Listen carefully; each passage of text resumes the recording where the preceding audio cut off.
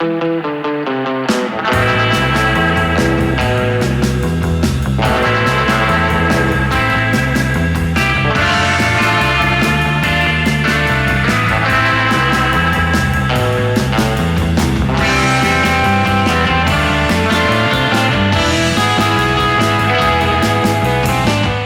it's time for episode 439 of the podcast devoted to the classic and sometimes the not-so-classic genre cinema of yesteryear. I'm your writer, host, producer, Derek M. Cook. Welcome to Monster Kid Radio, and big thanks to the surf band, West Samoa Surfer League.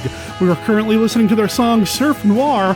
It's from their new EP, Surf Noir, which you can find over at surfcookierecords.bandcamp.com. or just follow the link in the show notes when you're done listening to this episode of the podcast. Now, this time around, we're doing something a little different, something a little out of the ordinary for us here. I know that lately we've been doing some films and talking about topics that are more relevant to films that came out in the 70s, and we're doing that again this time around. But you know what we haven't done is a top 3 list about anything in the 1970s, and that's what we're doing this week here on the show. The top 3 vampire movies of the 1970s. Now, this is not just me giving you my list of my personal top 3. I'm going to be joined by a guest this week. Well, I'm joined by a guest every week. But this week, we've got filmmaker Seb Godin coming on the show, and he's going to share with us what he thinks his top 3 vampire films are. Now, during the conversation, we ended up sidetracking a little bit because, well, that's what we do here on Monster Kid Radio. We played a game of the Classic 5, and we even dove into kind of what I was doing when I thought I was going to be a filmmaker when I grew up. Not entirely sure how that conversation happened, but it just kind of happened. Probably because Seb is a filmmaker himself. He's actually running a Kickstarter campaign right now, crowdfunding campaign for his new movie, Blood Rites of the Vampire. There are a few days left for him to hit his goal. I'm hoping that by the time you're done listening to him talk about his movie and what he wants to do with it, you'd be ready to hop on over to Kickstarter and throw him a couple of Canadian dollars to help him, well, make this movie that I really, really want to see. Now, it wouldn't be an episode of Monster Kid Radio without a few special segments. And of course, we've got Professor Frenzy's Bedtime Story this time around. Another really good one. Kind of a fun one, a little different than what he normally does. At least I feel it's got a different vibe, but it's still a really fun read. Well, I guess reading, a listen. I enjoyed it. That's what I'm saying. Also, Kenny's here with a look at Famous Monsters of Filmland, and he sticks to the 1970s vampire theme in his segment as well. You know, we're going to do all of that. Got a few trailers that I picked from the 1970s, and a few, well, you guys know how it goes. It goes like this.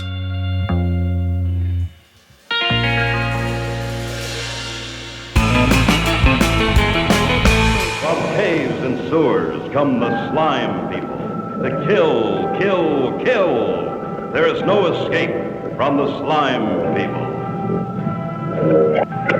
The slime people. Nothing can stop the horror of the slime people. For a new adventure in terror, live through the wild bloodbath of the slime people. With lust they come.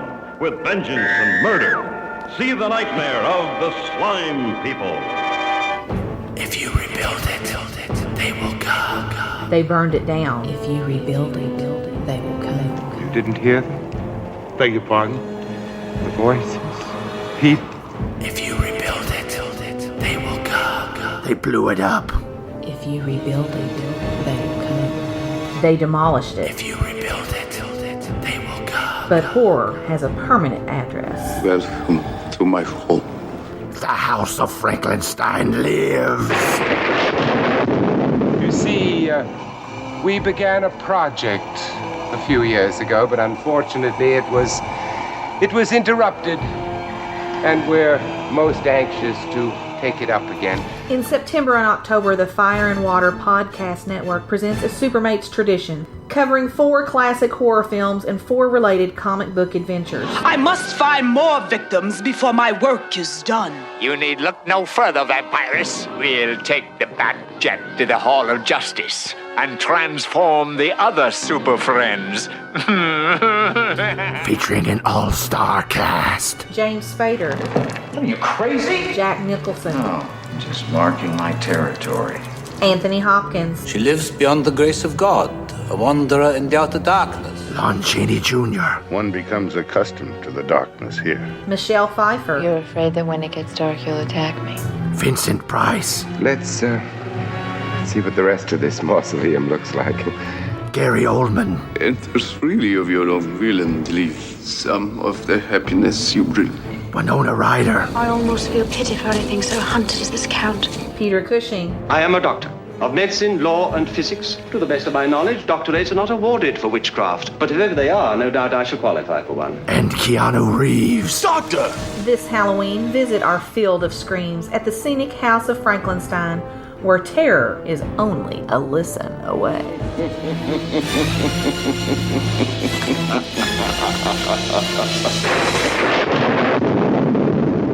The two most terrific names in screen evil, together in one shock show.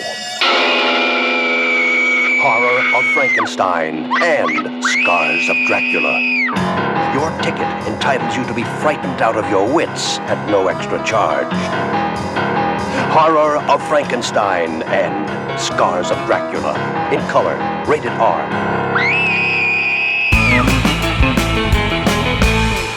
Professor Frenzy, it's a show. Professor Frenzy, show. Professor Frenzy, it's a show. Professor Frenzy. Welcome to Professor Frenzy's Bedtime Stories, created especially for Monster Kid Radio. My name is Jerry Green.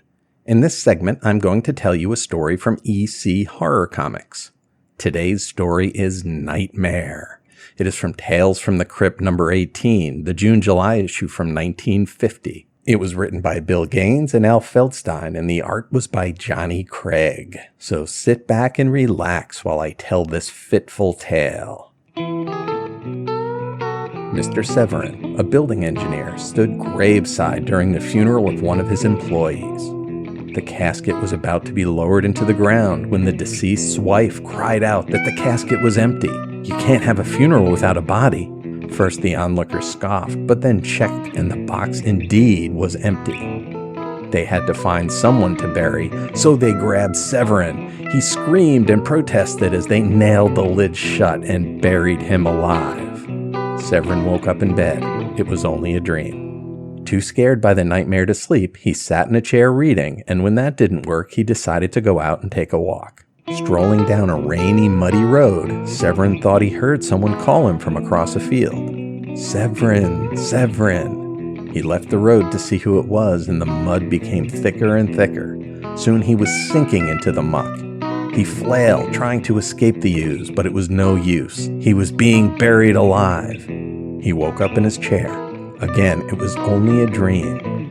This happened to Severin several times over the past few days. What was happening to him? He was so concerned he went to work late so he could talk to a psychiatrist. He laid down on the couch and told the psychiatrist of another dream. He was walking in a graveyard when he heard his name being called. Severin, Severin. He followed the sound into a crypt where a decomposing corpse grabbed him from the casket. The creature dragged him into the box where he suffocated amongst the gore. The psychiatrist told Severin that he was just overworked and he should take a vacation. That made sense to him, so he went to the building site to get some time off. It was lunchtime when he arrived, and everyone was off eating. While he waited for his boss, he decided to check on some of the framing that would eventually be filled with concrete. He noticed that he was very tired from missing all of that sleep. High up on a beam, two workers were eating their lunch when they saw Severin in the pit. One noticed the concrete was about to be poured into the foundation and called out to him, Severin, Severin. Below, Severin heard his name being called, and then the concrete began to fill the hole he was in. This must be another dream, he thought, as the muck came up higher and higher. I'm probably still on the psychiatrist's couch. I won't be fooled this time, he thought, as he started to laugh at the situation. The concrete finally was up to his head, and still he laughed. The men watching above were astonished to see Severin laughing while he was buried alive. The end. I hope you enjoyed that restless story. Severin had no chance from the start. This was a story about cruel fate. Somehow he got a premonition of his death that led him to discount it when it actually happened. Oh boy, this was a freaky tale from EC. I liked it a lot. Johnny Craig's art is, as always, terrific. The panel where Severin is being covered in concrete and laughing is insane. Also, his astonishment at being dragged into the casket at the mausoleum is effective. A shadow covers much of his face, and his mouth is open in shock and horror. It's good stuff. All in all, this story worked very well. If you're interested in a copy of Tales from the Crypt Volume 1, the book can be purchased on Amazon, and you can find a link to buy it on the MKR website. I hope you enjoyed the story. My name is Jerry Green, and you can find me on my podcast, The Professor Frenzy Show, where we talk about new indie comics, and Bat Books for Beginners, where we talk about historical Batman and Bat Family comics. You can also catch me on Twitter at Professor Frenzy and search for Professor Frenzy on YouTube, where you can find The Professor Frenzy Show and some exciting projects we have coming up. Stay tuned, and thanks for listening. Professor Frenzy, it's a show. Professor Frenzy Show. Professor Frenzy, it's a show. Professor Frenzy.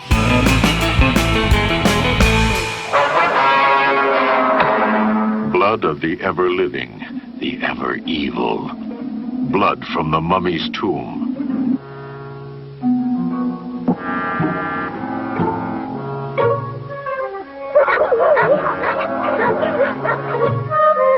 From the dead past come powers too terrifying, too strange to be believed. You know who I am? And you're afraid, aren't you? Who is she, wearing the mummy's face? Is she one of us, enjoying our kind of life? Or is she the ever-living, the ever-evil?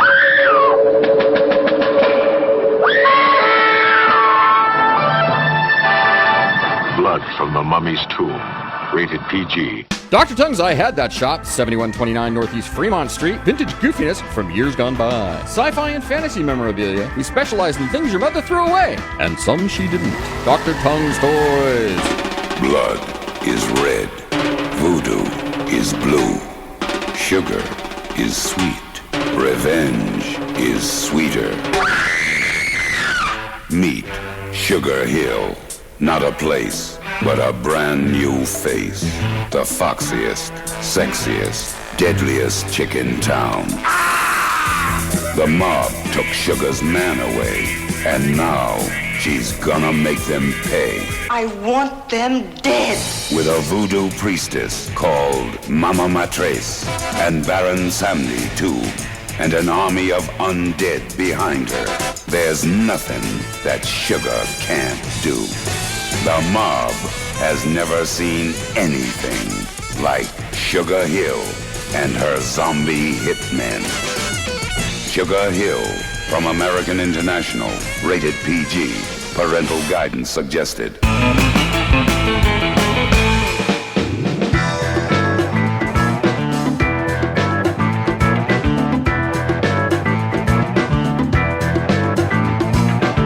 Hello there, Monster Kid Radio heads. This is Kenny with a look at Famous Monsters of Filmland. This week, Derek and his guest are looking at the top 3 vampire films from the 70s. So today we are going to see the 70s vampire films covered by Famous Monsters during the 70s. Issue 61 heralded the beginning of the 70s for FM, and there were 88 issues between January 1970 and December of 1979. Remember that the 60s monster world was inserted to cover FM issues 70 through 79. The first 70s vampire film to be covered was in issue 82 from February of 1971, The House of Dark Shadows, the film version of the Gothic soap opera. Next, in issue 86 of September of 1971, was The House That Dripped Blood, an Amicus anthology which featured Ingrid Pitt as a vampire. A 70s vampire was featured on the cover of the March 1972 issue 89, Al Adamson's not-so-classic Dracula vs. Frankenstein. Issue 90 featured an article on vampire lovers, and issue 91 had the modern vampire Count Yorga on its pages. In January of 1973, the hard-to-see Guess What Happened to Count Dracula was featured. Issue 96 had a twofer, which looks at Hammer's Twins of Evil and Scars of Dracula. April 1973's issue 97 had an article on Dracula AD 1972. FM took a break from vampires till December of 1973's issue 103, when Blacula was featured. FM 104 previewed the Amicus anthology Vault of Horror, which had vampires in one story. FM 106 had tickets to Hammer's Vampire Circus in 1974. FM 106 also featured Jack Palance's TV Dracula. It would be another 16 issues before the next 70s vampire graced the pages of FM, when 122 from January of 1976 took on Ingrid Pitt and Vampire Lovers received more coverage. Or should I say less coverage? Another 25 issues would pass before we see the next 70s vampire movie, a look back at 1970's Taste the Blood of Dracula.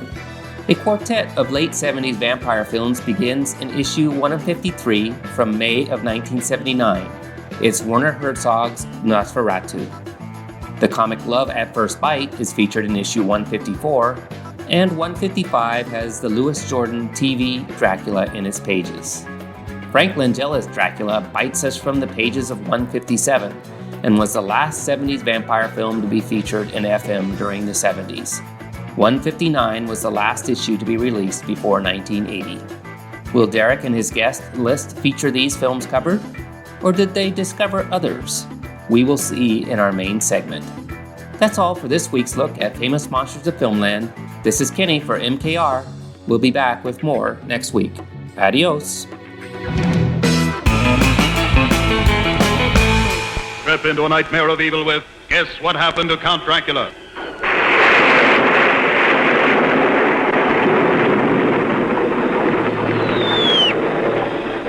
He's back from the grave to rule the satanic, occult-ridden world of today's mind-blown youth. Say it with someone you trust.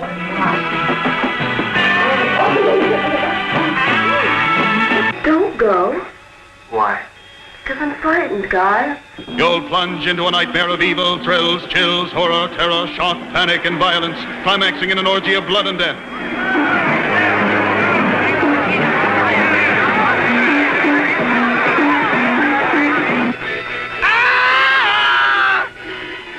Tonight is a special night of the Black Calendar. No one passing the dungeon this evening could begin to suspect the events it will hold. Guess What Happened to Count Dracula will trip you into a blood-smeared torture chamber and you'll never get out. Let it go! Let it go! Let it go! Don't see it alone. See it with someone you trust.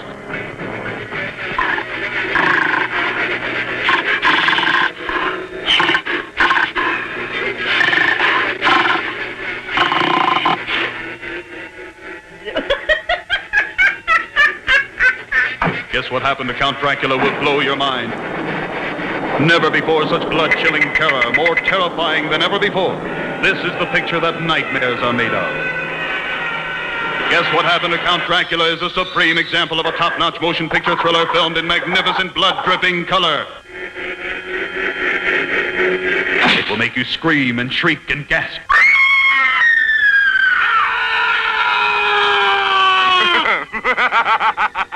Guess What Happened to Count Dracula? Don't miss it. A Merrick International Picture. Rated GP. If somebody asked you to describe a movie to them, what would you say? Would you say that Guardians of the Galaxy is Star Wars meets the A-Team, or that Jurassic Park is Westworld meets the Lost World? The X meets Y pitch is a long-standing Hollywood tradition, one that's been used to sell plenty of movies that otherwise probably wouldn't have been made. But instead of starting with a script and comparing it to two movie titles for an X meets Y pitch, what if we started with two movie titles and improvised the pitch? Well, on my podcast X Meets Y, that's exactly what we do. I'm Jonathan Inbody, and each episode I and a guest will randomly select two movie titles, and then we have half an hour to come up with a new original movie idea that could be described as Movie X meets Movie Y. We've done episodes like Ocean's 11 meets 2001: A Space Odyssey, Godzilla meets Old Yeller, and RoboCop meets Dead Poets Society. Basically, it's a half-hour sprint through a brainstorming session, and it is a lot of fun. If any of that sounds even the slightest bit fun to you, then you should give X Meets Y a listen. It's available wherever you find your podcasts, or at xmeetsy.libsyn.com. Hopefully, you'll hear my voice again very soon, but for now, enjoy the rest of your regularly scheduled podcast, you lucky so-and-so. The creators of Tales from the Crypt and the author of Psycho have teamed up to present one of the most frightening film fantasies you will ever endure. Welcome to the house that dripped blood. Turn the knob, open the door, step past the bones, and don't venture beyond the light. Terror waits for you in every room. The house that dripped blood.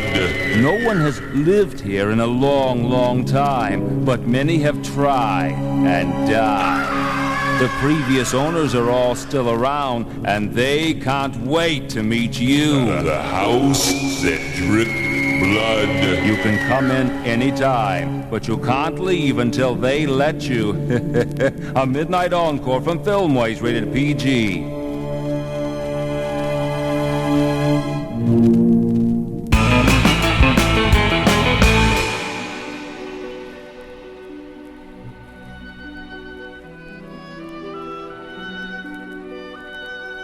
I am Dracula, and I bid you welcome to the podcast devoted to the classic, and sometimes not so classic, genre cinema of yesteryear.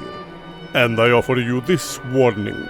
Sometimes Derek and his guests get excited, and they may spoil a movie or two. You know how excited monster kids can get sometimes. If Monster Kid Radio spoils a movie for you, do not come whining to me. I cannot stand whines. Listeners, I got this bright idea. Let's have somebody on the show. Let's talk about 1970s vampire movies. Let's do a top 3 list. That'll be great. And then I realized there are so many Hammer films alone in the 1970s that featured vampires. How am I going to do this? And then I remembered, oh yeah, there's this kind of sort of franchise, and there's those two as well, and it was very difficult. And fortunately, I didn't struggle by myself. I invited this week's guest to participate. Seb Godin, how you doing, man? I'm doing very well, thank you. Yeah. I mean, outside of the frustration of figuring out that list. Man, I don't know what I was thinking. This is going to be real easy. It'll be fun. No. Oh, well. It'll be fun to talk about it, though. But before we get to all of that, there's a couple other things that I want to talk about. First of all, congratulations on the new DVD release. Thank you. I am very happy. When I gave it to Alpha, they said it's going to end up on a double feature. And when they told me it was going to be a Josh Kennedy movie with it, I knew it was in really good company. So I'm incredibly happy with Slimoids being released the way it has been. Right on. So Slimoids is available from Alpha Video, oldies.com. It's part of a double feature with Joshua Kennedy's The Fungus Among Us, which is a fun little film too. I'm so thrilled. Do you know or have any idea as to how it's doing right now? For the past week, it's been on their top 10 bestsellers, so I hope that's a good sign. Nice. Yeah. Did they come to you or did you go to them? I went to them initially, and at first they weren't too interested with it. And then Brian Cray, I think he came to me and said it would make a really good double feature with Josh's movie. So they asked for it back. Well, congratulations, man. That's great. And I'm assuming you've got a copy of it now yourself. You've got the DVD. Yeah, I'm looking at it right now. It's it makes me very happy. Very cool. Josh Kennedy, of course, being a great friend of the show and an incredible filmmaker in his own right. So that's great. I don't know what else to say other than congrats. I think I've said that like 5 or 6 times now. So thank you so much. I hope that people find it fun. It's a bit more of like an 80s throwback than 30s through the 60s. But at the same time, I feel like there's enough stuff in there for the listeners to enjoy. Sure.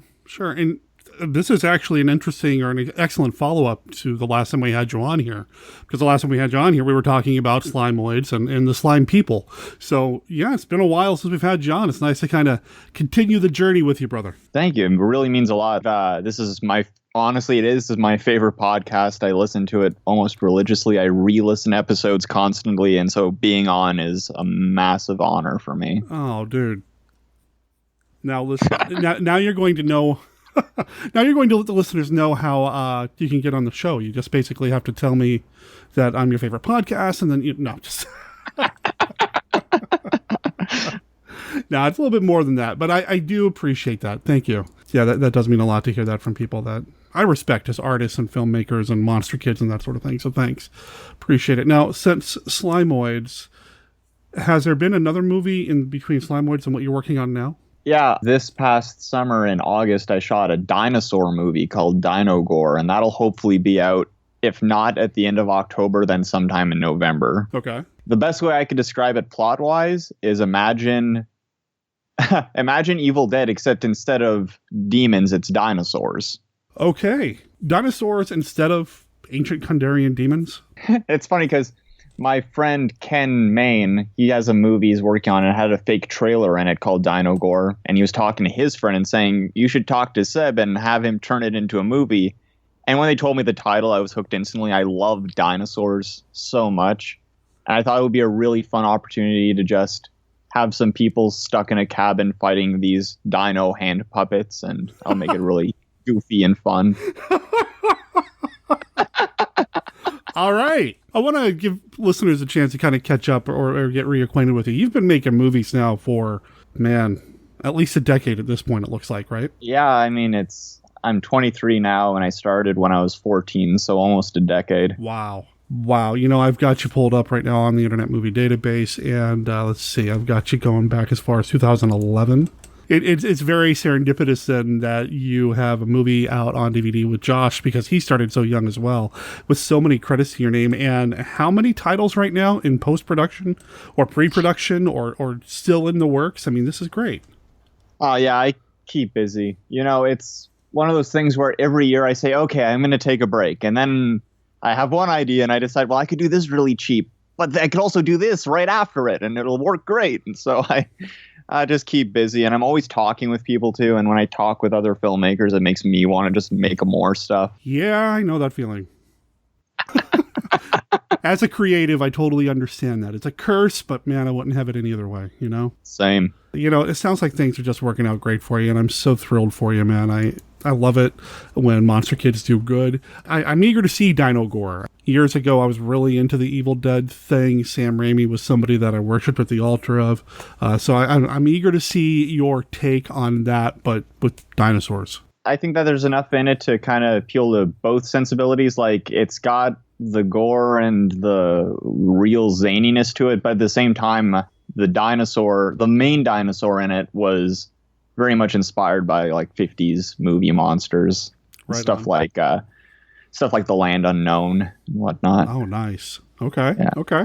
Well, now I really want to see it. Which is not a movie I can watch anymore, but I do love the T-Rex in it. Why can't you watch it anymore? Ever since I've become a lizard owner, I can't watch movies where lizards fight each other. Understood.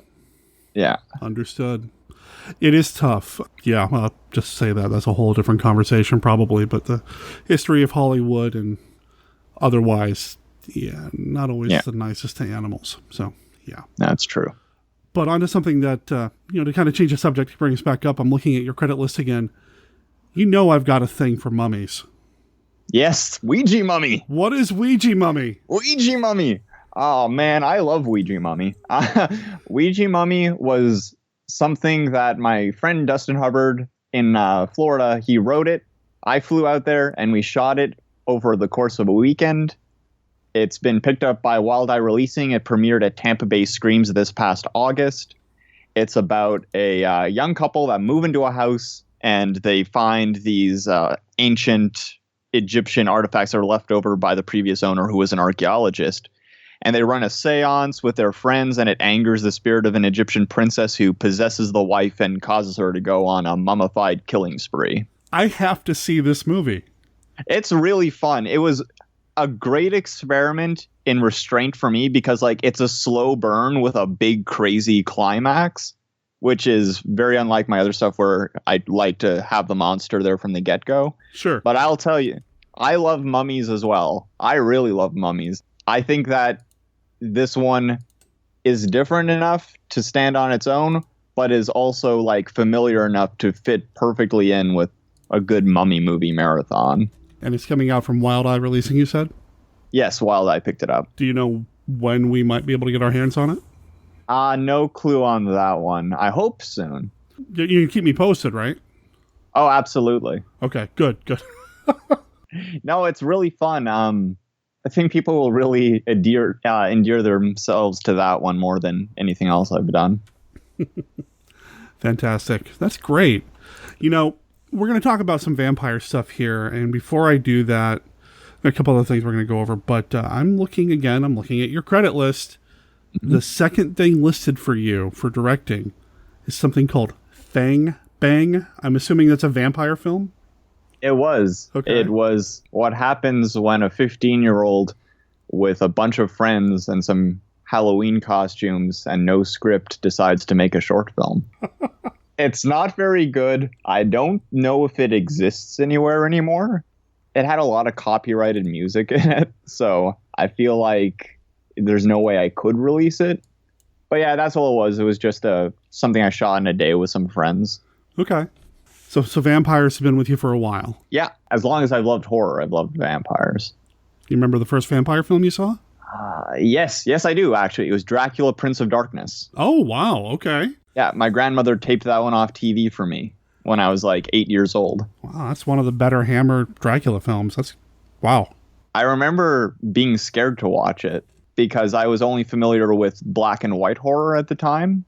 And when I saw this one was in color, it gave me this idea that it was a newer, more intense movie. Huh. It was an interesting experience for me. And that's what started it off for you at that point, just loving vampires ever since? Yeah, and that's the movie that gave me the idea of what I think a good vampire should be like. Like, I just love Christopher Lee's Dracula and how animalistic he is. There's not much of that suave nature to him. He's a total monster. Well, I mean, if you're gonna pick one to start with, that's a good one to start with. That's fantastic. And like I said, we'll talk more about vampire stuff. But there's something we do here on the show every time we have somebody on. We got to play a round of the Classic Five. Yes, I'm so excited. So for listeners who don't know, the Classic Five is a game that we play here on the show with everybody who comes on, whether they've played it before or not. Basically, it's a conversation starter. This or that style questions. Which movie do you prefer? There are no wrong answers, and not that Seb and I are going to have a hard time coming up with something to talk about, but still, it's always fun to play. You ready to do this? I am ready. All right, here we go. Card number 1 from the second core deck, which I swear I keep saying it, but it will be coming out here soon. In your mind, what's the most underrated classic vampire film? And I picked that one on purpose. I thought you might have. The most underrated classic vampire film. Can I be given like a time frame here to work in? Like whatever you consider classic, it's up to you, man. I can say classic. Does that help? Yeah, no. I'm going to say up until the end of the Hammer series. So the most underappreciated one, I think, because every time it gets brought up in conversation, people seem to really dislike it, is Dracula AD 1972. Dracula is back. In the first now Dracula movie, Dracula AD 1972. And with this new motion picture, an unrivaled event, Horror Ritual. You will participate with the Transylvanian vampire himself, swearing you in as an honorary member of the Count Dracula Society. He comes back from the living dead to extend you his personal invitation. Join me in the Horror Ritual. You heard it with your own ears from his blood-red lips. Get your honorary membership card when you see the new Dracula movie, Dracula AD 1972, and participate in the Horror Ritual. Rated PG. Parental guidance suggested. I have had very few conversations with people who genuinely like that movie. They often complain that taking Dracula into the then modern day was a bad idea. I think it works incredibly well, and I feel like Lee's interpretation of Dracula fits the 70s aesthetic really well.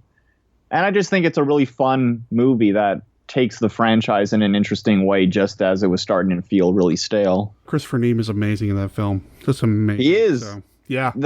His confrontation with Cushing is my second favorite part of the movie. Oh, it's great. What's your first favorite part? My first favorite part is at the end when Dracula's confronting Van Helsing and Dracula's actually quoting the novel. Because I feel like that was the first time in a Hammer movie that Dracula actually spoke words from Stoker's book. It very well could have been, considering what Hammer used to do to the source material. So yeah, it very well could have been. Yeah. Which I'm sure Lee was very happy about, because Yeah. Yeah. I feel like it might have even been his idea. Yeah, maybe. Very well could have been. I know he loved the source material and didn't like doing those movies. Yeah, so it very well could have been his. All right, card number 2. What's your favorite William Castle film? Mr. Sardonicus. Oh, I was just talking to somebody about that the other day. Dominique, in fact, was talking about that with me the other day. For years, I have searched for a unique way whereby a motion picture audience can actually decide the climax of a picture. I have found such a way. My latest picture, Mr. Sardonicus, offers something no audience has ever had before: the power to determine the fate of a character on the screen, the power to punish. In ancient Rome, spectators could decree life or death to a gladiator by indicating thumbs up or thumbs down.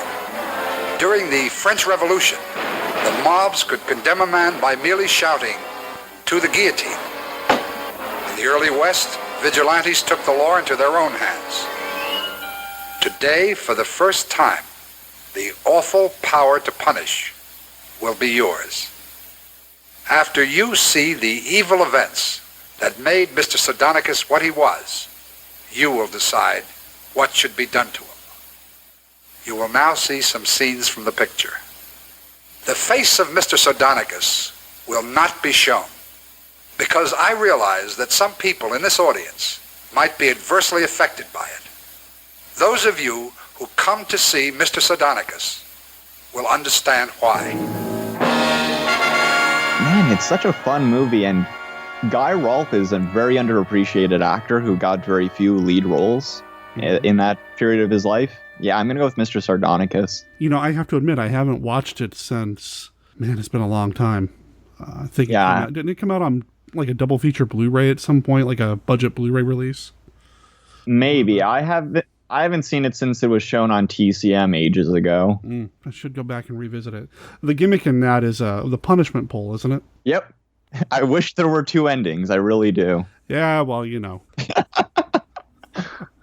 All right, card number 3. I'm going to pull this from the Hammer deck. Which movie do you prefer? The Vampire Lovers, Lust for a Vampire, or Twins of Evil? I haven't seen Lust for a Vampire. Oh, you're not missing. I mean, okay. That's what I've heard. I'm going to go with Twins of Evil, though. The coffin opens and terror reaches out from beyond the grave as the Twins of Evil evoke the power of vampirism and witchcraft. Twins of Evil. They use the satanic power of their bodies to turn men and women into their blood slaves. Twins of Evil. Rated R. Under 17, not admitted without parent. I really like Twins of Evil, and I think that movie, the dynamic with Cushing and the others is so strong in that movie. And I really love Cushing's character arc in it. It's a great film. Cushing's turn as the villain, basically, is just fantastic. It's my favorite of 3, you know. He's amazing in it. And I seem to remember Dennis Price having a really fun role in it, too. Yeah. All right, card number 4. This one I didn't do on purpose, but it's another vampire question. This one's from Universal. Dracula's Daughter or Son of Dracula? Which do I think is the better movie, or which would I rather watch? What's your favorite? I'm going to go with Dracula's Daughter. Really? Yeah. Dracula! He's come back!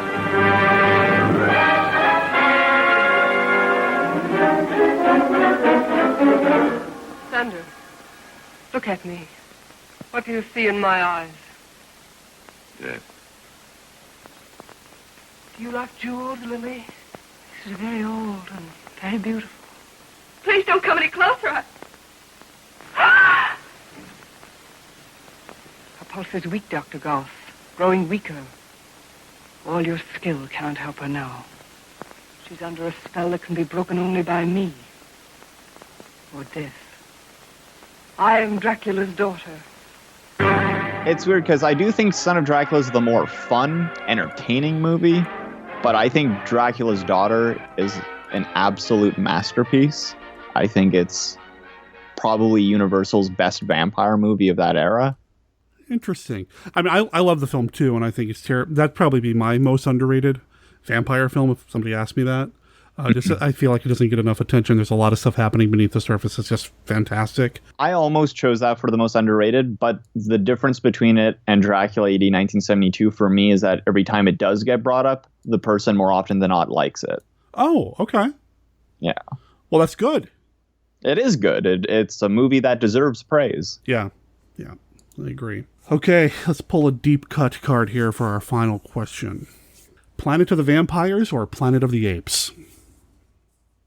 Planet of the Apes. Discover Planet of the Apes. A civilization where humans run wild in the jungles, and the superior beings are apes. Tribunal has placed you in my custody for final disposition. Do you realize what that means? No. Emasculation to begin with. Then experimental surgery on the speech centers, on the brain. And a kind of living death. No, I remember, this is going to make a lot of people upset, I think. I remember watching Planet of the Vampires and just not liking it at all. Really? Yeah, I remember finding the first act really creepy, and then I thought to myself, wow, this is some great build-up. And then about an hour in, I realized the whole movie was going to be that build-up. Huh, okay. Like, it just felt like a lot of nothing to me. And this comes from somebody who likes Mario Bava a lot, so that really bugged me. But Planet of the Apes is a perfect movie. Oh, it's everything about that film. I will sit down and watch that any moment I get a chance, you know. It's something I'll never turn off. Planet of the Vampires is something that I had not seen up until about 2-3 weeks ago. That was being shown at the Joy Cinema as part of their Weird Wednesday series. And I gotta tell you, man, I was blown away. Oh, really? I really, really enjoyed it and did not expect the twist at the end. I didn't bring my recorder out. I didn't record anything for the show because I just wanted to go as an audience member who had never seen the film before.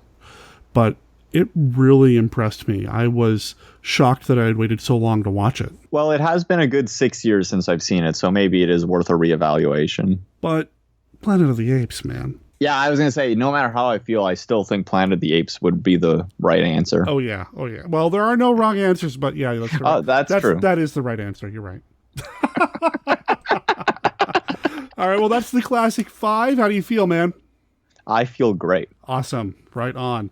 Well, we said at the beginning of this, we're going to talk about vampire films. We're going to talk about 1970s vampire films. When I first brought up this idea to you, and like I said earlier, I thought, oh, hey, Hammer films. Oh, boy, I'm going to have to pick 3 Hammer films. Oh, wait a minute. And then I realized there's Blackula, there's Count Yorga, there's the Japanese, the Bloodthirsty trilogy. There's all the stuff that was happening in Europe that wasn't Hammer. There's all this stuff going on. And it was really tough for me to break this down. Man, I think I spent 3 or 4 days looking through movies, reading up on movies, trying to remind myself about certain ones just to figure out what my 3 favorites actually are. And again, like I was saying before we started recording, it was difficult just choosing 3 movies that aren't Dracula related. I tried to stay away from that, but how can you when you've got all these wonderful Hammer films? You brought up Dracula AD 1972. I mean, that's one of my favorites. Yeah. And it's a Dracula film. I managed to get away with only 1 Dracula movie on my list. Well, we do allow for some, like I said, honorable mentions. So we're okay there. And I'm going to admit that I cheated a little bit, but we'll get to that. It's my show. I can do what I want. And we'll do this as we do our typical top 3 lists. I'll go with my number 3 back and forth with you until we get to the end and let you have the number 1 slot at the very end. My number 3, I already mentioned it, will be Count Yorga, which I did stay up last night till about 2 a.m. watching to make sure, this one needs to be on my list. Count Yorga Vampire is a horror-haunted tale that will take you beyond the boundaries of shock, past the threshold of fear, into a world of the almost human. Vampires have always fascinated me. They should. Their intelligence is far superior to humans. Is it true that vampires must be in their resting places before the sun rises? That if the rays of the sun hit them, they will disintegrate? In Count Yorga Vampire, she-creatures of unspeakable cravings become the mistresses of the Death Master, Count Yorga. No, this film is not of centuries past. It is a film of today. It could happen to you. Perhaps it is already happening to someone you know. Today's young people find it fascinating to dabble in the supernatural, and now they and their ladies pay the penalty in Count Yorga Vampire. See Count Yorga Vampire, rated GP. Parental guidance suggested. Here's a confession. I'd never seen it until last night. Oh my God. I know. Really? And the only reason I even considered it is because, again, I was talking with Dominique the other day, and she's the one that reminded me about Count Yorga and those films coming out in the 70s. Like, oh man, I got to add that to my list. I need to check it out. And I am so glad that I did. I loved it so much. I put it immediately into my number 3 slot, bumping what I originally had planned. I love that film. It is so good. It's really good. To this day, I really get frustrated knowing Robert Corey didn't get the career he should have had. Yeah. Because he is so good in those 2 movies. I never saw the Death Master. I haven't seen that one either. Maybe I should, because maybe I'll put it on my revised list. No, Robert Corey is fantastic in that. The way he performs that vampire character. I picked up on some Christopher Lee-isms. I picked up on some Lugosi-isms. And somehow he also managed to work in some Cushing-isms into his performance, which blew my mind because you don't think of Cushing with vampires, or as a vampire anyway. But it was there, that kind of perfect mix. Yeah, no, absolutely. He really is kind of to me at least, he is the archetypical movie vampire as Count Yorga. All the tropes are there, but they still feel really fresh in his hands. Mm-hmm. Yeah. Agreed. So listeners, if you haven't seen Count Yorga, I highly recommend it. As a first-time viewer, I loved it.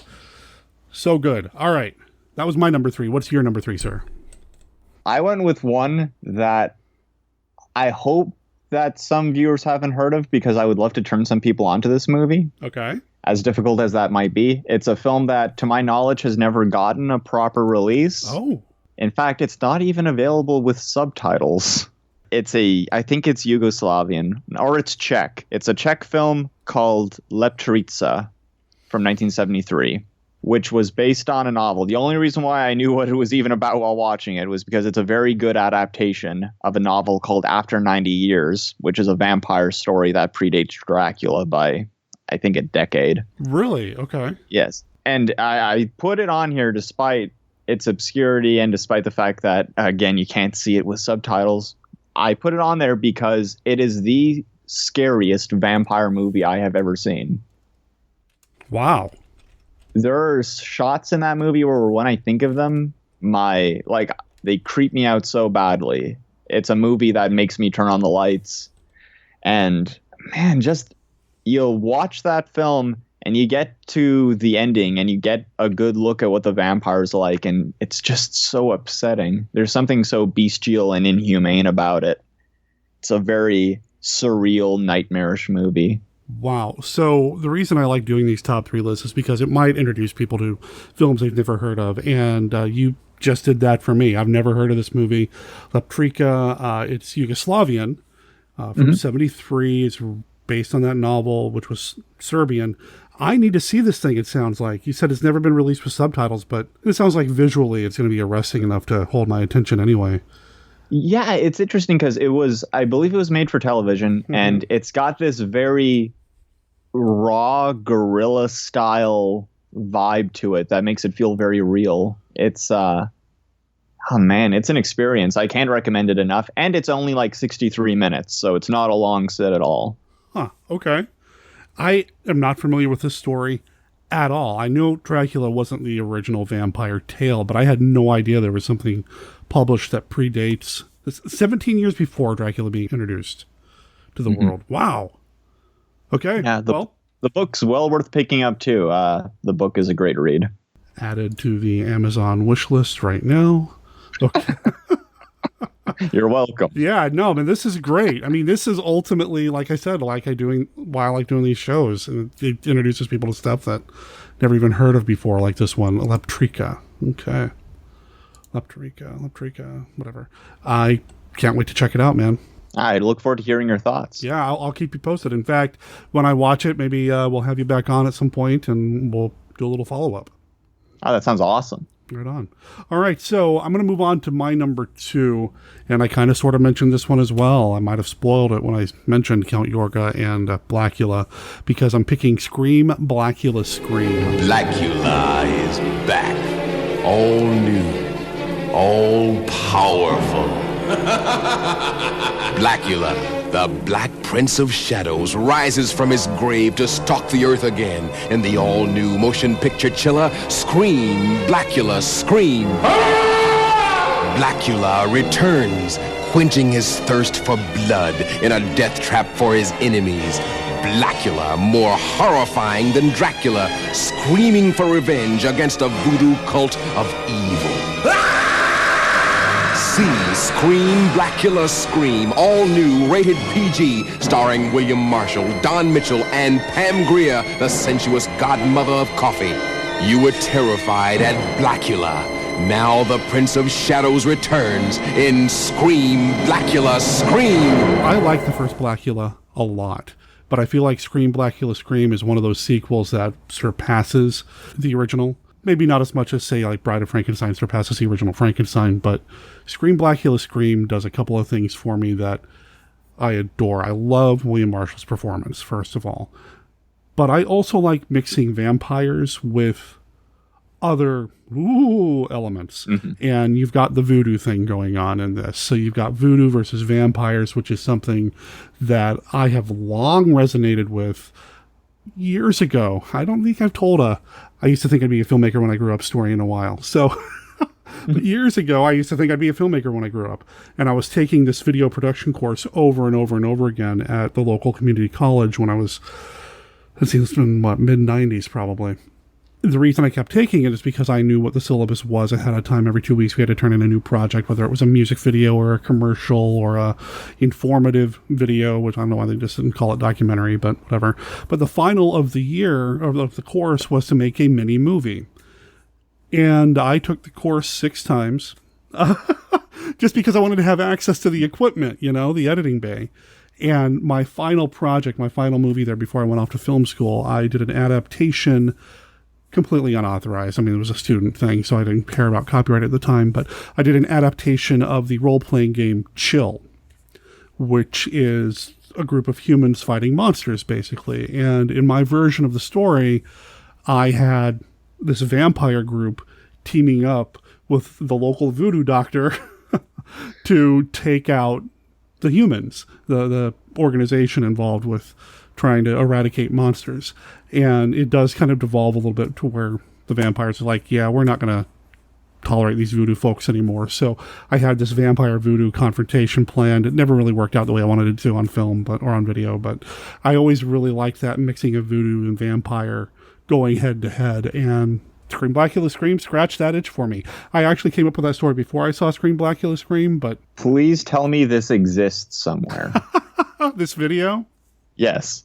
So I've got VHS copies of a lot of my old student films, and I haven't watched them in years. I don't even have a VCR hooked up. I have considered putting them on YouTube, but because they were student projects, there's a lot of copyrighted music in there. Plus, they feature people that I'm not in contact with anymore, actors and actresses and such that I haven't spoken with in years. Ex-girlfriends are in a couple of them. And I don't know what the legality of putting something up without getting their permission would be. That said, I'm still tempted to do it anyway. Well, did they sign paperwork at the time? No, because it was all student project stuff, and that wasn't the point of the class. The point of the class was to teach us editing and things like that. It wasn't about getting, doing it from the business side of things. So no, there really was none of that, unfortunately. And at least one of the people that I worked with did go on to have a career acting. So he's got a couple of credits under his name, and now he's a teacher for acting at a college somewhere in Colorado, maybe Denver. Huh. And I am kind of sort of in touch with him a little bit, but again, I didn't stay in contact with almost any of these people. Just 'cause it's been over 20 years, man. You know? Yeah. But, like I said, I'm still considering putting some of this stuff up. So we'll see. I'll keep you posted. I'd love to see it. I'd love to see it. As for Scream, Blackula, Scream, I agree. Both of the Blackula movies are awesome, but there's something about Scream, Blackula, Scream, even beyond the voodoo aspect, that I do find a lot more interesting. I think the supporting cast is a lot more interesting in it, too. Oh, well, we got Pam Grier. Yeah, that's true. You got Pam Grier. I mean, Pam Grier. And yeah, William Marshall is always awesome. He brings so much humanity to that role that you would not expect. Ah, man, just great. Yeah, I agree. It's a solid film, great score. Just really, really good. The confrontation at the end in the house when they're all, oh man, it's wonderful. Mm-hmm. Wonderful. All right. So that was my number 2. What's your number 2, sir? My number 2 is my only Dracula film on the list. Okay. It is Werner Herzog's Nosferatu. Ah, okay. So the remake with Klaus Kinski, right? Yep. Klaus Kinski, Bruno Ganz, and Isabella Gianni. At midnight, all sorts of evil spirits are set loose. People disappear without a trace.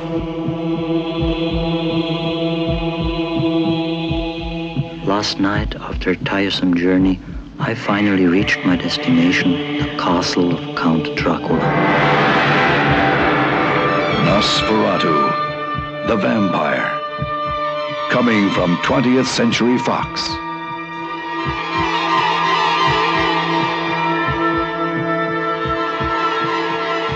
There's something about that movie that's very therapeutic to me, where I watch it, and quite a few films are like this, but this one especially, I watch it and nothing else around me exists. It sucks me in with its soundscape and its cinematography, and it puts me in the shoes of its characters, and I feel like it's probably the closest thing to real life a vampire film has ever come to feeling. Oh, wow. Which is fun. Funny considering how surreal it is at times. Huh. Okay. I haven't seen that in a very long time. Also, for Kinski, it's a very restrained, sad performance, and I think it's his best in a lot of ways, because it does not feel like you're watching Klaus Kinski at all. You feel like you're watching this very sedate, sad, desperate vampire. He does disappear in the role, from what I remember. It's not just the makeup. I mean, he is the vampire in that. It's not Klaus. A lot of times when you see Klaus Kinski, you kind of know what you're going to get, right? He's one of those actors where he really had a shtick, I guess you could say. Sure. But that movie shows that there was real talent there. Yeah, and that's nothing against Klaus Kinski. I mean, I love watching Klaus Kinski in a lot of the spaghetti westerns that he did. I think he's great.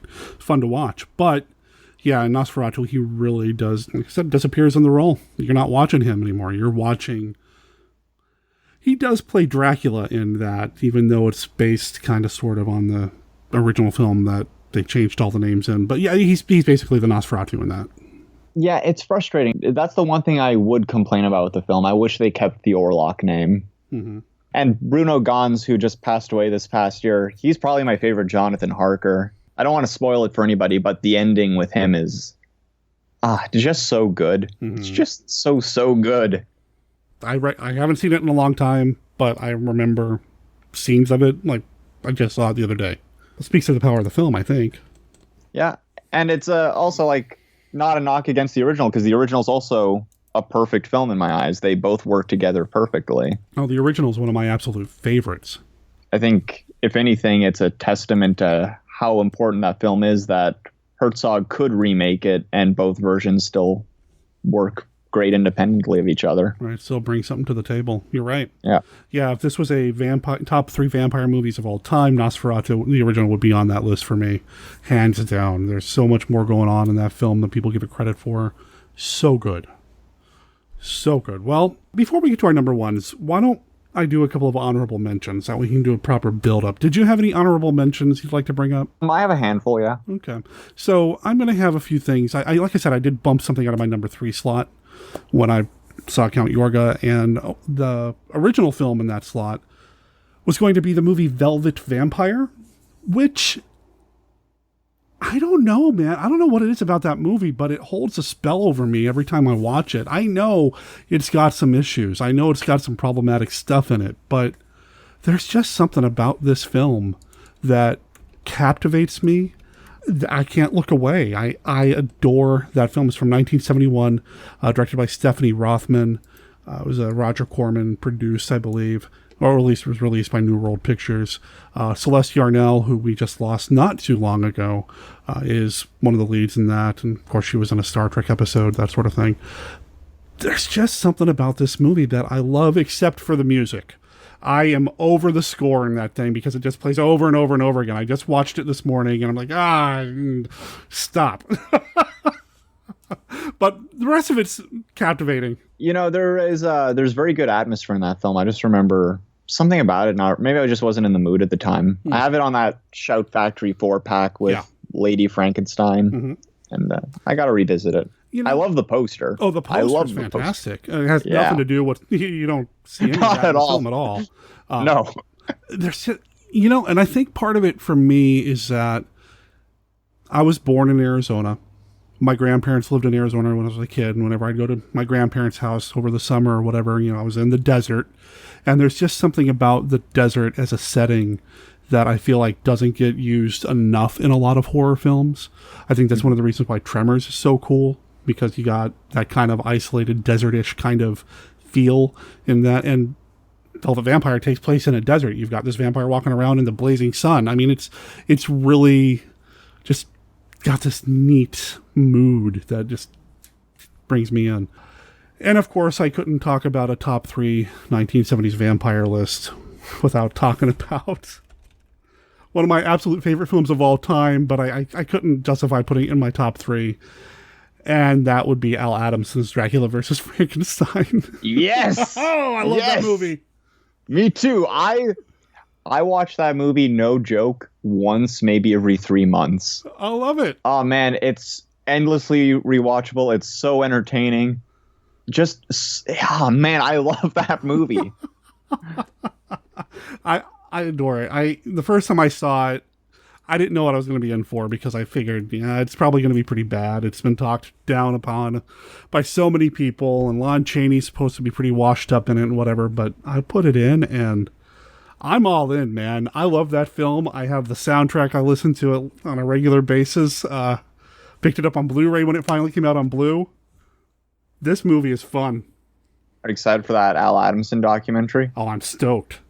Me too. They found Xandor Vorkov. That's amazing. From what I understand, he doesn't like to talk about this stuff anymore, so that's great. Yeah, no, I'm very excited. Oh man. Okay, we can't continue before I ask you, what are some of your favorite moments in Dracula versus Frankenstein? I love Forrest Ackerman getting killed. I mean, that whole sequence is just fun. I mean, not that I like to see Uncle Forey get killed, but when he gets taken out, that's good. I love the end. It comes out of the blue. Just the whole thing at the end. They tack on this weird ending, and I love that. And I think I talked about this on the show. When I was at Monster Bash, somebody was selling a replica of the Dracula Ring from that film, and apparently Sam Sherman saw that he was selling it at some point and gave him the license to make it the official Dracula versus Frankenstein replica ring. I didn't pick it up because I don't know if it would have fit my finger, but man. I would have picked that up in a heartbeat. What about you? What are some of your favorite moments from the film? Okay, so I love the first 10 minutes because for the first 10 minutes, it's so jumbled and cuts back and forth between so many different things that you have no clue where it's going. So the entire first 10 minutes, from the cemetery scene to Lon Chaney lopping off that woman's head on the beach. Right, I love Dr. Frankenstein, J. Carroll Naish's first interaction with Dracula. Some of their dialogue is so tripped out and weird that, oh man, it makes me smile so much. And honestly, I love the entire climax. I love Dracula talking about how he'll tear the monster apart limb from limb, just as Dr. Frankenstein created him, and all that. And he does. He does. Like, Dracula may not be the most trustworthy person, but if he threatens you, he will do exactly as he threatens. One of these days, I need to do that film proper on the show. But every time I bring it up, I either wear people down enough to where they actually start enjoying the movie, or they're like you, where they just love it to begin with.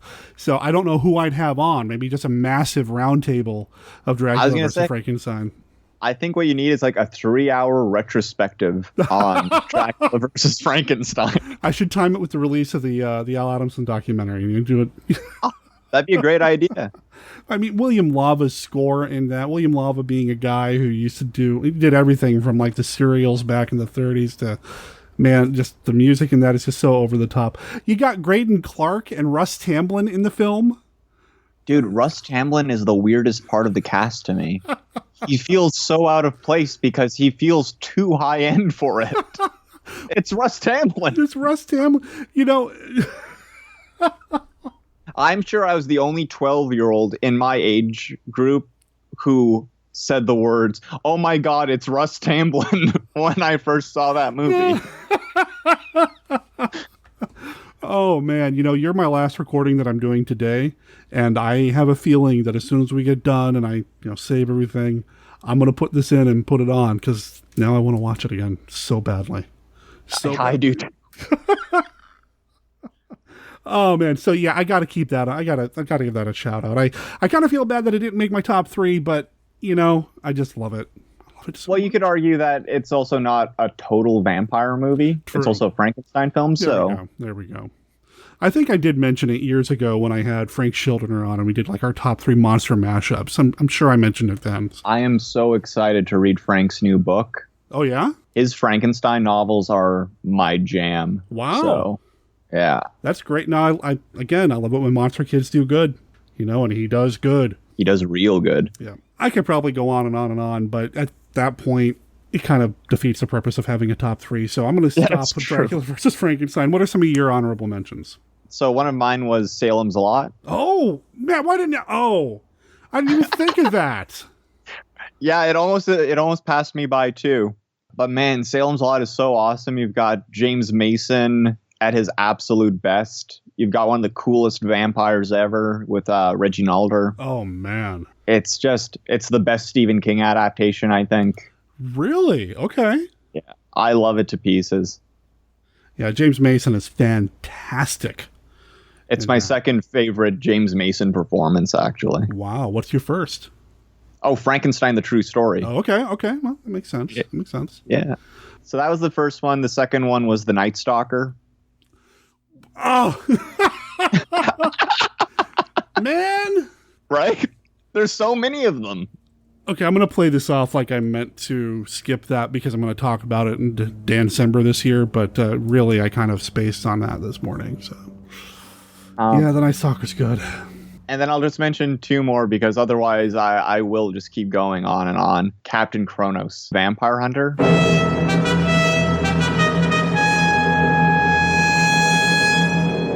Yeah, Captain Chronos is great. Captain Chronos is great. I need to get the comic books. I've got them. They're fun. The novel that they put out a few years ago isn't so great, I think, but the comic book was fun.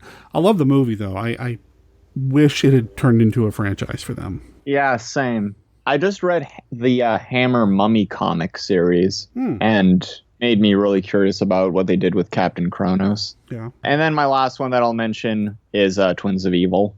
Ah, well, yeah. Which we already covered. You can't talk about top vampire movies without talking about Hammer, and you just mentioned 2, and I'm going to mention a couple here. Because, like I said, I cheated, and in my number 1 slot, I'm putting Dracula AD 1972 and Satanic Rites of Dracula together. Okay, well, that's fair, I think. I love those films. I adore them. I'm not a big fan of how it ultimately ends. I think it really kind of whimpers out there at the end with Dracula getting killed in the thorns. I think that's kind of a weaker ending, but overall, I think those 2 movies are fantastic. It's a really interesting concept, how they defeat him. But yeah, it's pretty weak. I'm not a huge fan of Satanic Rites overall, but it has my favorite Dracula plot because I think that's Dracula at his absolute most evil, awful, horrible. Like, I just love his whole scheme to destroy all life on the planet in that movie. Yeah. Again, so listeners, I was over at Dominique's house the other day working on some stuff with her for something coming up on the Lovecraft Film Festival. So that's why I keep saying I was just talking about this with Dominique the other day. But I was just talking with Dominique about this the other day. I want to know the story that happens between Dracula AD 1972 and Satanic Rites of Dracula. What happens between those two movies where Dracula's like, you know what? I'm over it. Black Death for everybody. I want to know how he got to that point. I'd like to think he was watching TV and came across the news. I'm done. The world's done. I'm done. On a more serious note, it kind of makes me think of, you know that movie Time After Time with David Warner and Malcolm McDowell? Yeah. There's a scene in that movie where H.G. Wells, Malcolm McDowell walks in on Jack the Ripper, David Warner watching TV, and he's watching a newsreel of war footage. And he says, the world finally caught up with me, and he sounds really solemn about it. And I thought, man, maybe that's what Dracula's deal was. Maybe he just realized he wasn't the worst thing anymore. And that was just cause to want to end everything. You think that's bad? Well, watch what I'm about to do. Yeah, exactly. Wow. And I love that apocalyptic speech he gives at the end. Yeah. About his four horsemen. It's so good. It's the highlight of that movie for me. Yeah, of the two films for me. I love that bit there. I love that when Satanic Rites starts, there is a division of the local government that buys into all this stuff. And, you know, you don't have to go through the vampires can't be real kind of thing. It's vampires. Okay, now we're going to deal with it. I love that too, because so many times it's, vampires can't be real. You're crazy. Lock this guy up or whatever. Even in Count Yorga, when the doctor keeps calling the local law to say, what if I told you there are vampires? They laugh at him. I'm also just like a sucker for the idea of monster or vampire hunting organizations in general. Like, it's a trope I really latch onto. Right. That's why I made that adaptation of Chill, because there is this group, this organization of people that just go out and deal with this stuff. That's why I wrote the collection of short stories that I did. It's a guy who goes out and deals with this kind of stuff. I love that.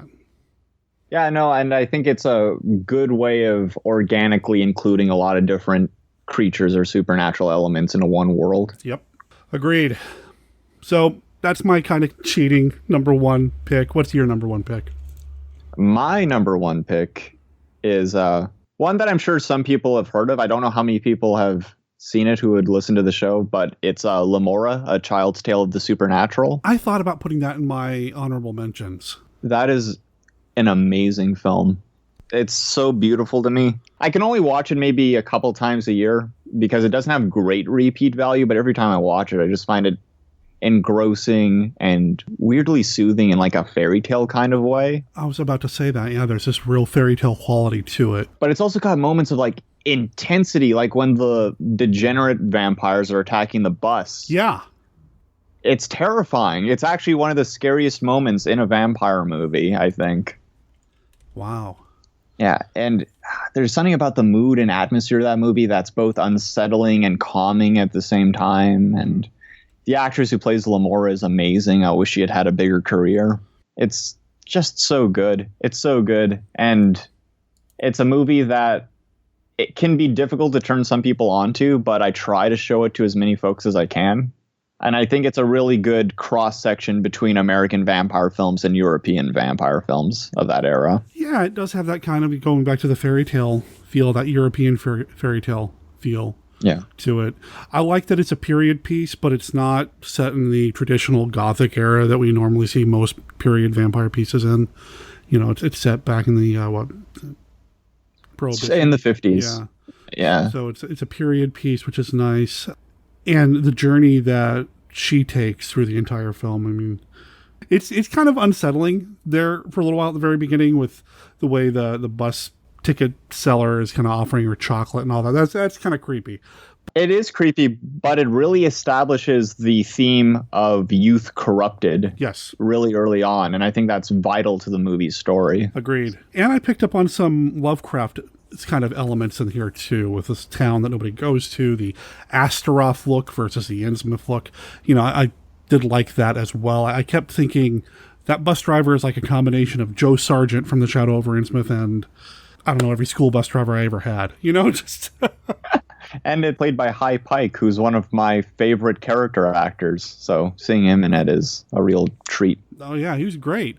I didn't know what his intentions were toward Lila when she gets in the bus. There's this edge of, what's he going to do to her? Or is he just going to drive her there? Or, oh, he's locking her in. What's going, everything's just kind of on edge just a little bit from that point on for me. Yeah, it's a great movie about a very innocent person trapped in a very not innocent world. Everyone around her is just awful. Yeah.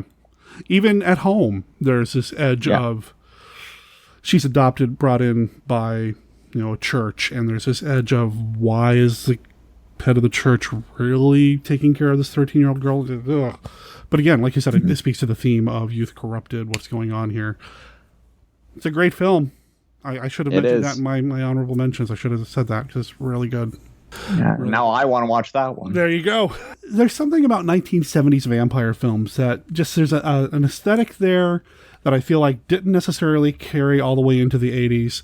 It's taking a lot of the building, the foundations that were built in the 60s and just putting new, sometimes horribly evil twists on them. That I really enjoy. And some of these 70s films that I've been talking about here on the show, not just vampire films, but just in general.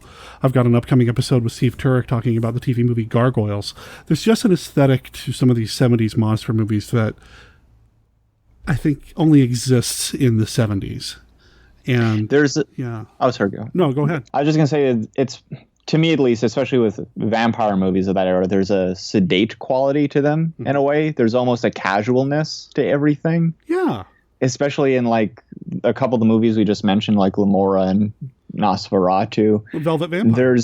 And Velvet Vampire, there's just this, or the work of Jean Rollin especially, is there's like this very calm, languid pace, and it's more so about allowing yourself to get lost in this kind of weird world rather than trying to shock you with it. And I respond well to that. There's just something I really dig. Yeah, no, same. It's a oddly cozy atmosphere. Mm-hmm. Well, we're talking about vampires. You've got vampires on the brain right now because you're making a vampire film. And I would love to give you an opportunity to talk about it here on the show. Blood Rites of the Vampire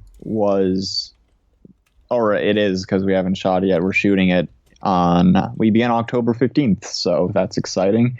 It's my homage to that era of filmmaking, especially, like I just mentioned, Jean Rollin, who did films like The Nude Vampire, Shiver of the Vampire, a lot of stuff like that.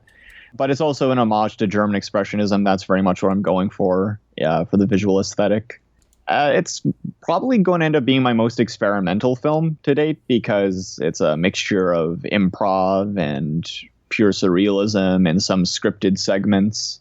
So it's a bit of a departure from what I normally make, but it's also closer to the intentions that I initially had when I got into filmmaking. Really? Okay. Because I always wanted to make movies that were about monsters. I wanted to make films where they were the central protagonist, where it was about them and their life and how they affect the world around them. And somewhere along the line, and this isn't like to disparage anything I've made. I've had fun with everything I've made.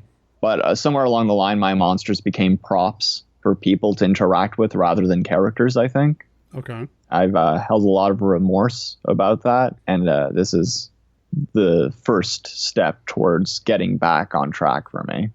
I think vampires, of all the different monsters, are probably most suited for being people or personalities versus, like you said, props. I agree. I don't know why that is. Maybe because like traditionally they're the ones who look the most human. So there's that element to it. But also I think that for whatever reason, there's something that people connect with when it comes to vampirism. I mean, there's a reason that they've endeared to people for so long. Sure. I don't want you to spoil the movie. Obviously, we want people to support you and be interested enough to contribute to the crowdfunding campaign. But can you tell us a little bit about what you have in mind? You said a little bit of improv, a little bit of scripted. The essential story is a young woman who recently lost her parents, stumbles across this abandoned old grave, and accidentally bleeds onto the grave, which brings this vampire to life out of the earth in it. And she ends up bringing it home, and it slowly makes her life hell. That's the closest thing I can get into without really getting into spoilers. This vampire followed me home. Can I keep it? Yeah, it's and there's some archetypes in there too. Like we've got a vampire hunter in the film and a priest who's trying to protect her. So it was important for me to make something kind of weird and different, but also pay homage to everything I love about the subgenre. I feel like, again, to go back to the theme of this episode, the 70s was also a great time for that kind of experimental filmmaking. So that was a happy accident that we planned it that way to hear you talk about your experimental intentions for this film. Yeah, and like there's 70s and there's a bit of 20s in there too, because I want to play with shadows a lot. I'm not going to spoil it, but there aren't very many death scenes in it. But the one death scene in it that I'm very excited to shoot is done almost entirely with shadows. Will the film be color or black and white? It's black and white with a color sequence. Nice. Oh, wow. Yeah. Feature length, I assume, is the intention, is the plan. Probably a short feature, about like 40 to 65 minutes. Okay. And like I said, we're doing a crowdfunding campaign for it right now, or you're doing a crowdfunding campaign for it right now. Indiegogo or Kickstarter?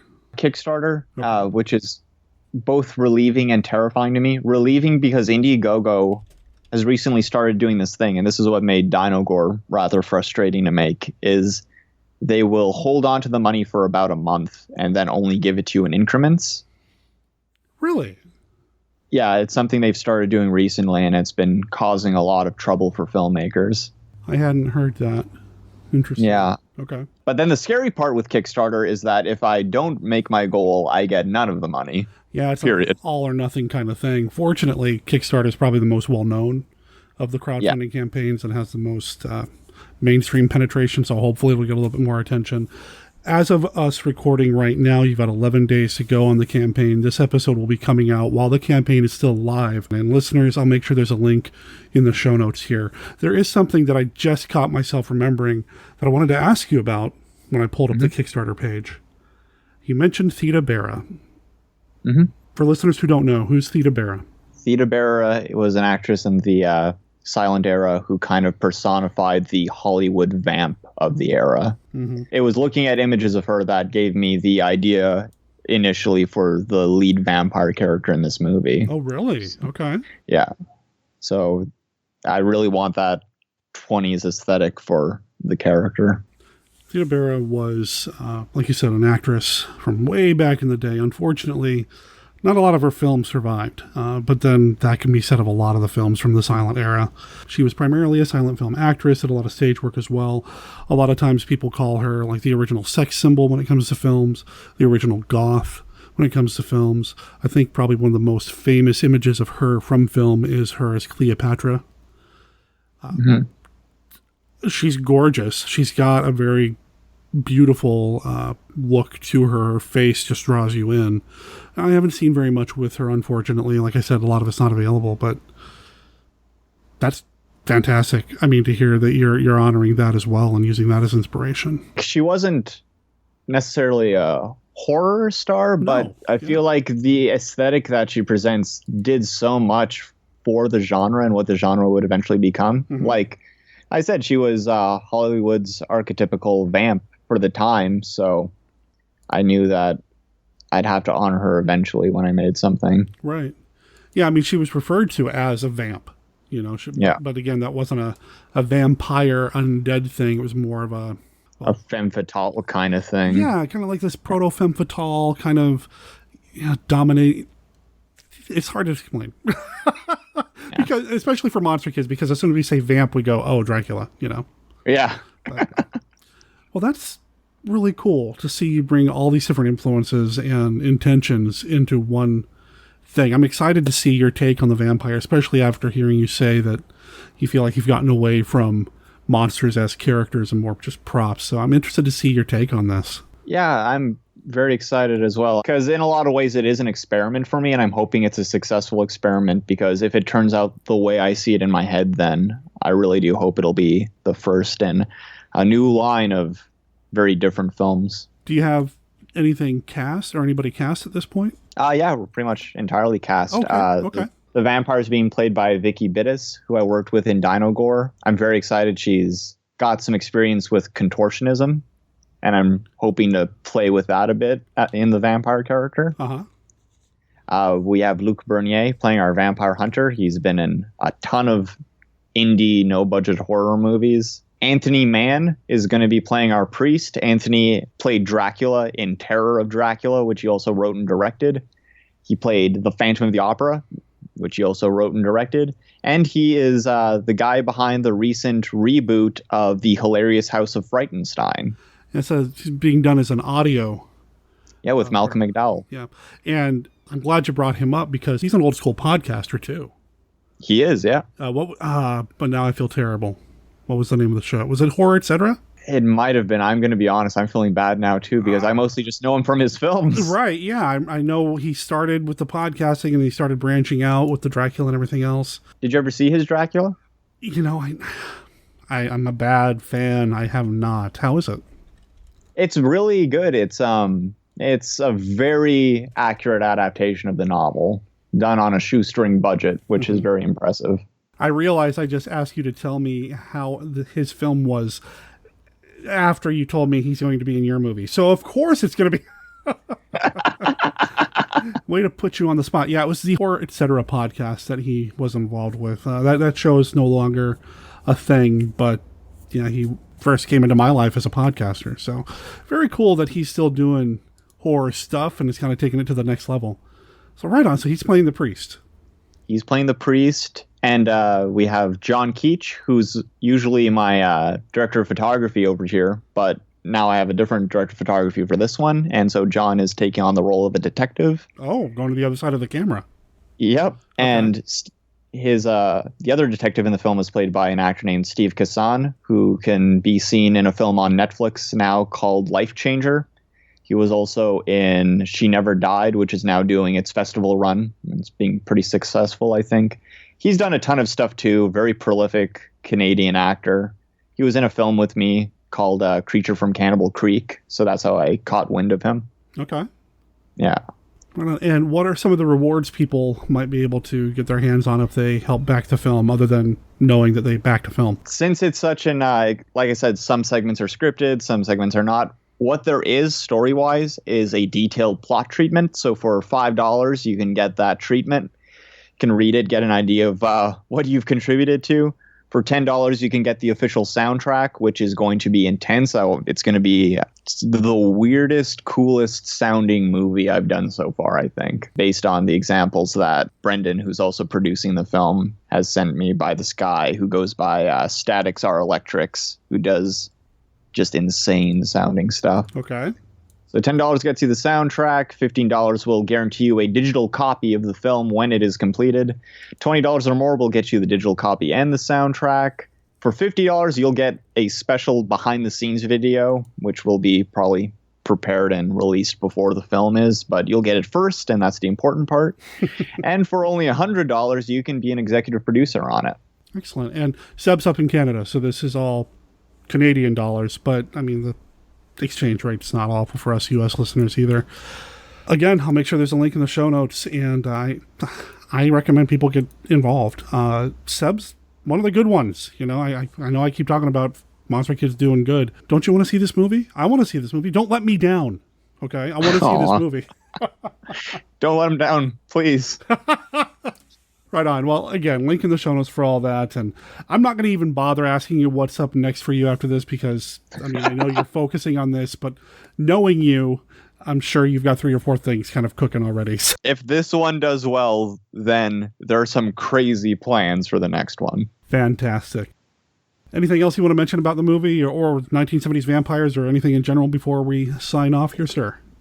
I could talk about this all day. Well, so, I could too, but if I have anything else to say, it's that this movie is my love letter to not only 70s vampire films, it's my love letter to German Expressionism, it's my love letter to classic genre cinema of the 20s straight on through to the 70s. It is, just like everything else I make, a representation of my love of movies.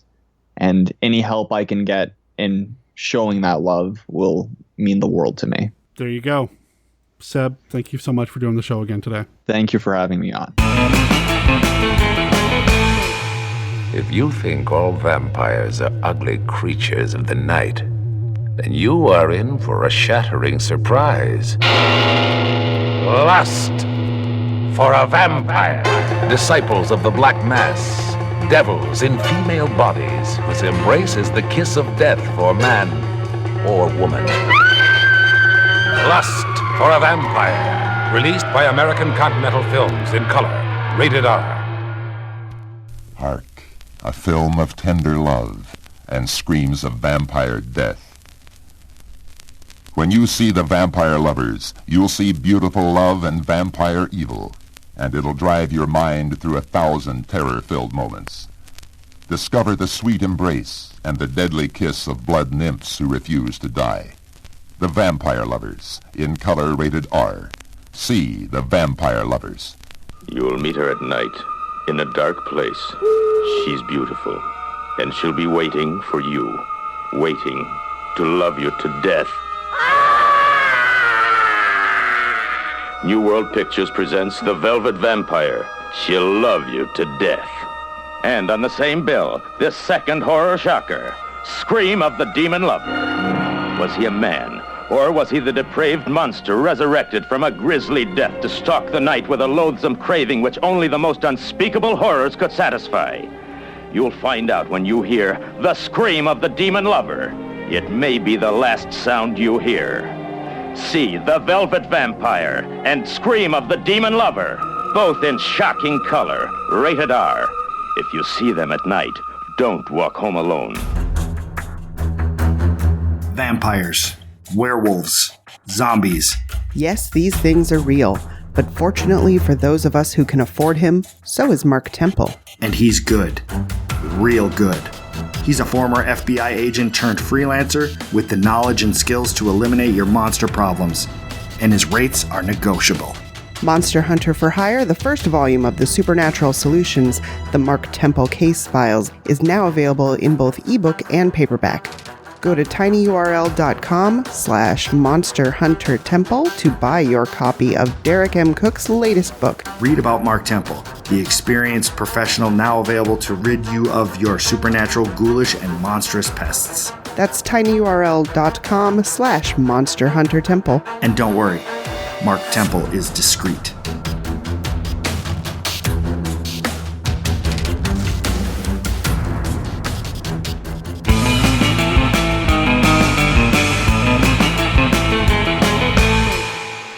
Big thanks to everybody who participated in this week's episode of Monster Kid Radio.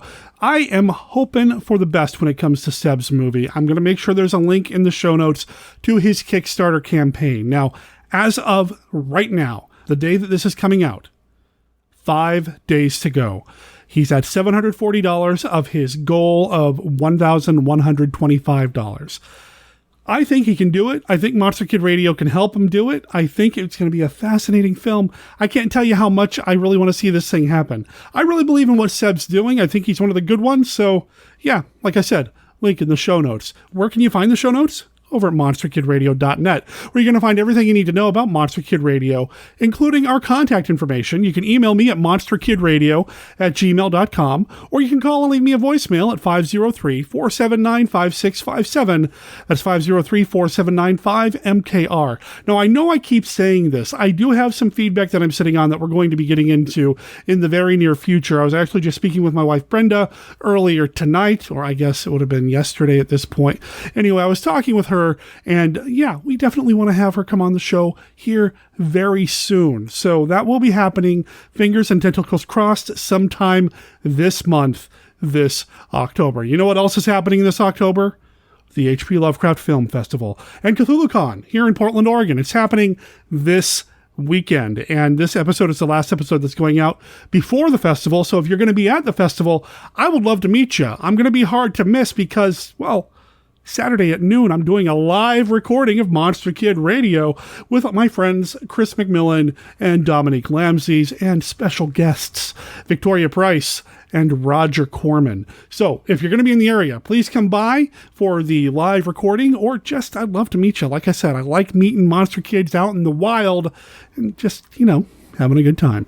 Plus, anytime I can work some Monster Kid material into the Lovecraft Film Festival, it makes me happy. And I think it really, thrills the people there, excites the people there, because every time we do something, whether it's a podcast about color cosmic horror, or black and white Lovecraftian films or anything like that, there's always a good crowd, and there's always people that want to come up and talk to me and the other panelists afterwards about what we were talking about. So again, if you're there, I'd love to meet you. So would Chris and Dominique, I'm sure. I'll make sure there's a link to the Lovecraft Film Festival in the show notes as well. Now, here's the thing. It is currently sold out. So, yeah. That said, I might know a guy who's got weekend tickets he's trying to unload. Just saying. Anyway, what else is coming up here in the near future on Monster Kid Radio? Well, there will be a YouTube video going out later today announcing the rest of this month's scheduled content on Monster Kid Radio, so stay tuned for that. And in last week's episode, I kind of rattled on and on and on about all the amazing movies the Hollywood Theater is showing and the Academy Theater here in Portland. You know what? If you're in the Pacific Northwest, you need to be reading The Shadow Over Portland. That is Chris's website. That's theshadowOverPortland.blogspot.com. There is a link in the permanent links section of our website. He announces everything that's going on in the Pacific Northwest, from Washington to Oregon to even up into Canada.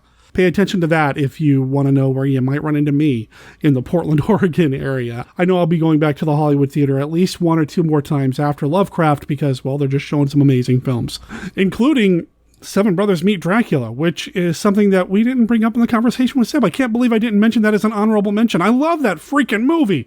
That's happening on Tuesday the 8th. I think that's too close to the end of the Lovecraft Film Festival for me. I will not have totally recovered by then because, I'll need some sleep. I'm getting old, man. I need my sleep. So, that's probably not going to happen for me. But if it's happening for you, call in. Let me know how it went. The other big thing happening here on Monster Kid Radio is on Halloween Day. We are once again going to do a Halloween Day-long virtual crash, but I'm not calling it a virtual crash anymore. No, I'm calling it the incredibly easy to roll off the tongue Monster Kid Radio Halloween Monster Movie Marathon Watch-Along on Twitch. Yeah, it's much easier to say, right? Here's what you need to do. Head over to Twitch and set up an account. It's real easy. Twitch.tv, set up an account, and look for me. Monster Kid Radio, all one word, all lowercase. I don't know if the lowercase matters or not, but look for me there and send me a friend request or whatever it is that Twitch does, because on Halloween Day, starting early in the morning Pacific time, so I'm thinking 8-ish, 9-ish, I'm going to start running movies, and we're going to do movies all bloody day into the night. I cannot wait. And, we're going to be showing House of the Gorgon from Joshua Kennedy and Queen of Snakes from Christopher R. Mim. A couple of movies from a couple of my fellow Monster Conservancy members. We're going to be showing those during the Monster Kid Radio Halloween Monster Movie Marathon Watch-Along on Twitch on Halloween Day. It's going to be awesome. So, you want to make sure you're in for that. Now, the schedule will be released later this month. Stay tuned to monsterkidradio.net or the podcast for further information. You can follow along with everything that I've got going on myself over on Facebook. There's a Monster Kid Radio page and a Monster Kid Radio group and my own personal account. Plus, Monster Kid Radio is on Twitter. And I even reactivated the Monster Kid Radio Instagram page earlier this week. Not that it was gone. I just finally posted something after many, many, many months. So, you can find me pretty easily all over the internet. You know where else you can find me in 7 days? Right back here for the next episode of Monster Kid Radio. Between now and then, remember that Monster Kid Radio is a registered service mark of Monster Kid Radio, LLC. All original content of Monster Kid Radio by Monster Kid Radio, LLC is licensed under a Creative Commons Attribution, Non-Commercial, No Derivatives 3.0 Unported License. Professor Frenzy's Bedtime Story is copyright Jerry Green, 2019, and the song Surf Noir is copyright the West Samoa Surfer League Band. They are a really cool surf band based out of Germany, and you can find them on Facebook. Just look up West Samoa Surfer League, or find them on Bandcamp by looking up Surf Cookie Records Bandcamp page. It's surfcookierecords.bandcamp.com. Look for the West Samoa Surfer League and the Surf Noir EP. 4 really cool tracks for €4. Can't go wrong with that. Let them know that Monster Kid Radio sent you. My name is Derek M. Cook. Talk to everybody next week. Ciao.